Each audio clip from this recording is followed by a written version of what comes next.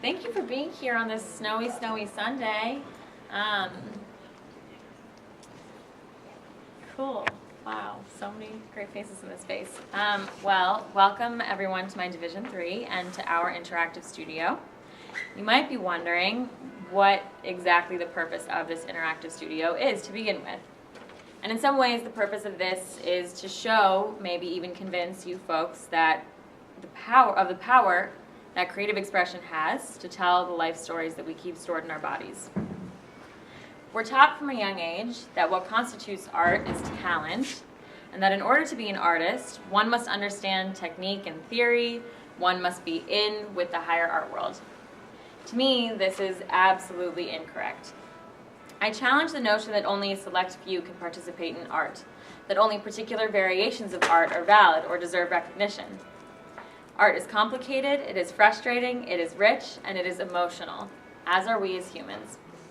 What we so often fail to remember is that the only thing that one needs in order to create or make anything is creativity, and that is the language that every human being speaks. When verbal language limits us, creativity fills in the gaps. This is how dances are made, how community murals come into existence, and the most incredible thing is that anyone can be a part of these kinds of processes. Creative expression allows us to exist in the world in ways that verbal communication does not. I am most present in the world and in my body while I'm in the process of creating. Whether I'm pushing my fingers into warm rust-colored clay or experimenting with rhythm and movement, my mind and my body become fully and wholly integrated through these acts. In other words, creative expression is my means towards embodiment. Creative expression allows us to approach our personal narratives through a unique, more visceral, and arguably limitless lens.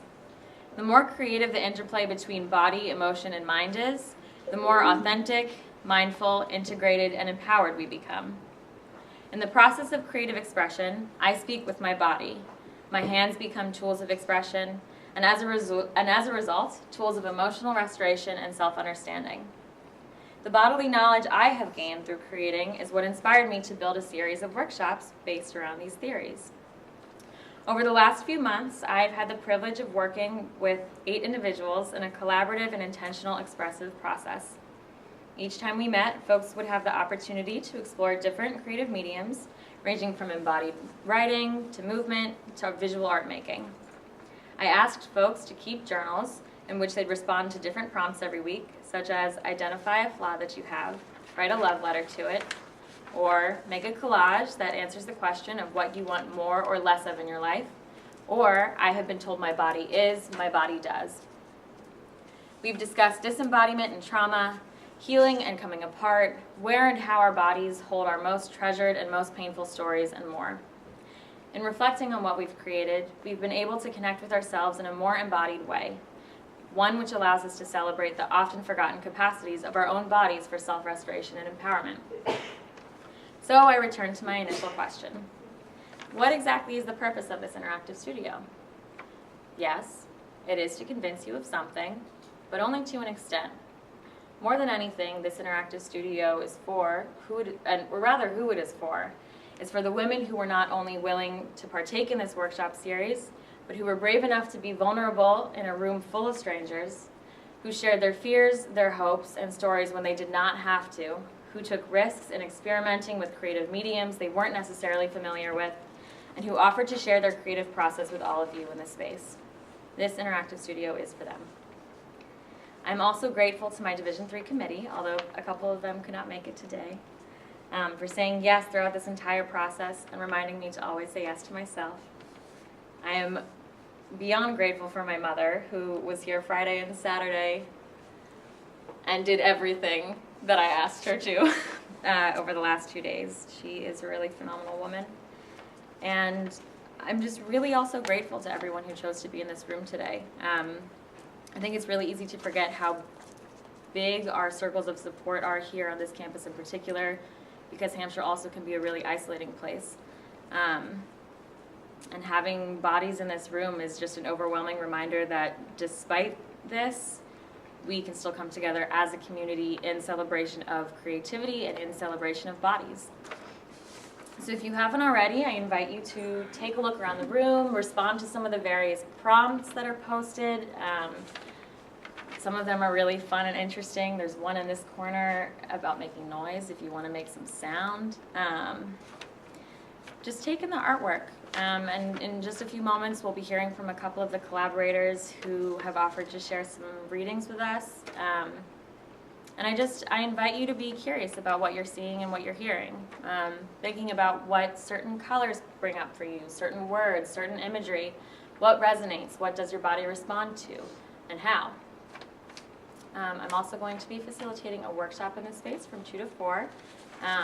It is identity specific, so no cis men, anyone else is welcome, so feel free to stick around for that.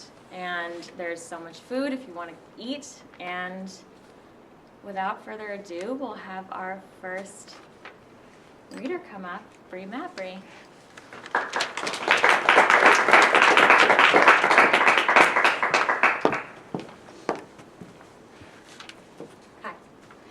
So as Ilea previously mentioned, she gave us a bunch of prompts to go home and think about and write about. And one of those prompts was to identify one of your flaws and write a love letter to it. And when she gave me this prompt, I made such a ridiculously long list of flaws that I decided that it was time that I just wrote a love letter to my body in general. So that is what I did.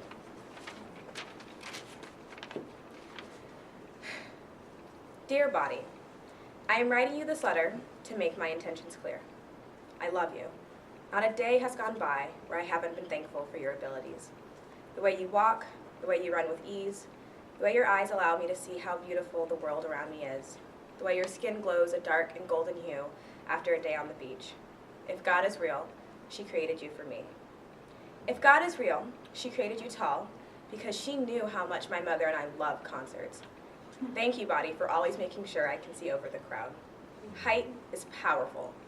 Body, let's be real. We command attention every time we walk into a room. No one can ignore a 5'11" girl in heels. I love that about you. And body, I know I've told you this before, but your legs are gorgeous. Not only do they go on forever, but they're strong. Squats and deadlifts are a girl's best friend.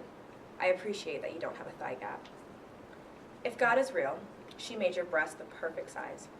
I'm not sure how, but they always seem to fit perfectly in the hands of every lover you've ever had. Body, your breasts are fucking amazing. I hate wearing bras, I love deep V's, and I like running, so it's like we were made for each other. Body, of all of the parts I love about you, I do have one favorite, your hair. Your hair has been through a lot.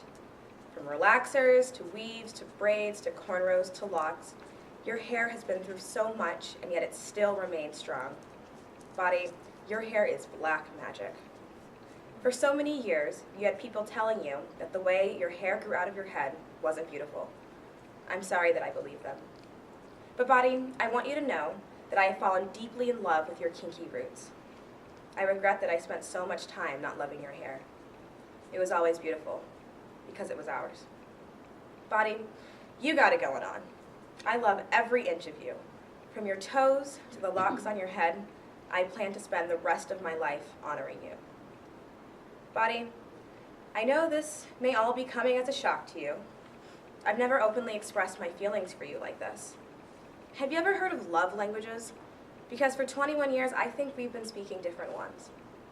When I was 10, and I chemically straightened your hair, I loved you.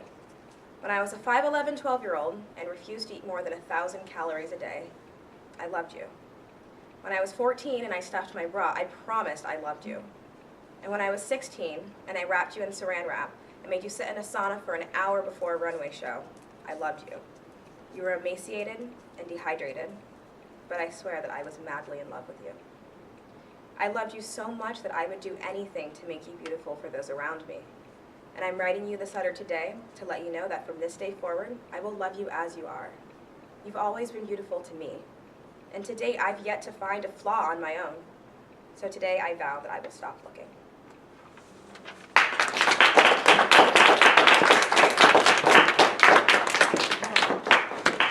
So our next person to read is lovely Sasha. Thanks. Hi. This is a poem, and I wrote it, and it's coming from one of Ilea's prompts, which was, what does your body deserve? My body deserves to be worshipped, free birth control, to feel fly and know it, a soft place to rest my hips after a day of swinging them. My body deserves to eat and not feel bad about itself, to feel sexy and not feel bad about itself, to want something and not feel bad about itself. My body deserves orgasms, 10 million oranges, whole chocolate cheesecakes for myself, rivers to be naked in, to feel sexy when I lift up my arms, reveal armpit hair, soft belly, barnacled skin. Deserves to walk down the street without being afraid, to look men in the eye, autonomy, cups of tea, the freedom to choose, the space to wonder, hands that ask first. My body deserves to bleed on anything it wants to be reminded I have constellations in my belly, freedom, a field of sunflowers to dance in, equal, fucking, pay, time to rest, open space to fill. My body deserves free, anti-racist, anti-sexist, anti-classist education. To move, that whole fucking cheesecake. Deserves to know I'm enough, deserves strawberries in season, deserves happiness, love, a community of women, the feeling of safety, roses, oceans, turtlenecks in winter, the opening of 10,000 cherry blossoms above my head.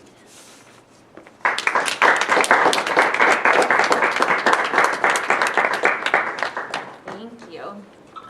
And so last but not least, we have Aisha, who is coming up to read us another piece. This is also in response to the love letter for a flock. Dear Belly, okay, I know receiving this might already have pissed you off because I haven't been so chill with you recently, but I really need you to hear me out. Something's changed in me, Belly, and I need you to read this whole letter before you decide I'm full of shit. Lately, I've been trying harder to celebrate who I am individually and not envy others as much because I believe in my heart that everyone has something unique to bring to the table, and most people are capable of bringing something that makes the world a better place. Some things are direct and tangible, but sometimes instead or in addition to a tangible skill, someone just brings a more abstract, positive feature to the world. And it comes out of their complex self, their spirit, which is the whole of all their hideousness and beauty. People have to work with what they got, basically, and the people who do it fearlessly tend to be the ones I admire most. I already have known that, so why am I just now considering living by it? Oh, how long it takes my actions to catch up with my thoughts. So, Belly, I have treated you as less than sacred. I acted like you were somehow made of existence other than cosmos particles, desired to rip and recycle you like a glossy, processed page from a magazine full of desperate lies. I want to apologize for that, sincerely, and to tell you that you never deserved it, and I was wrong the whole time. I also need you to know my newest revelation. Belly, since I've realized my foolishness, I've already realized something else. I love you. I don't mean to put you on the spot. I just need you to know, before it's too late, before I can never again glance at your perfect canvas of pale sand and freckles made of marsh earth, I need you to know how greatly connected I feel to you now that I see you clearly. I will forever strive to perfect and honor our relationship. I will be your loyal admirer and pay you homage in every poem. Oh, Belly, oh, other self, oh, completing piece, my childhood, my sister, my soul, my smile. Love, Aisha.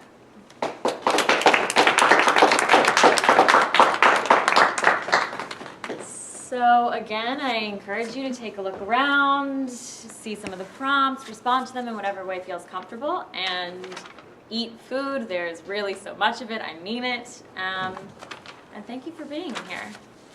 Yeah.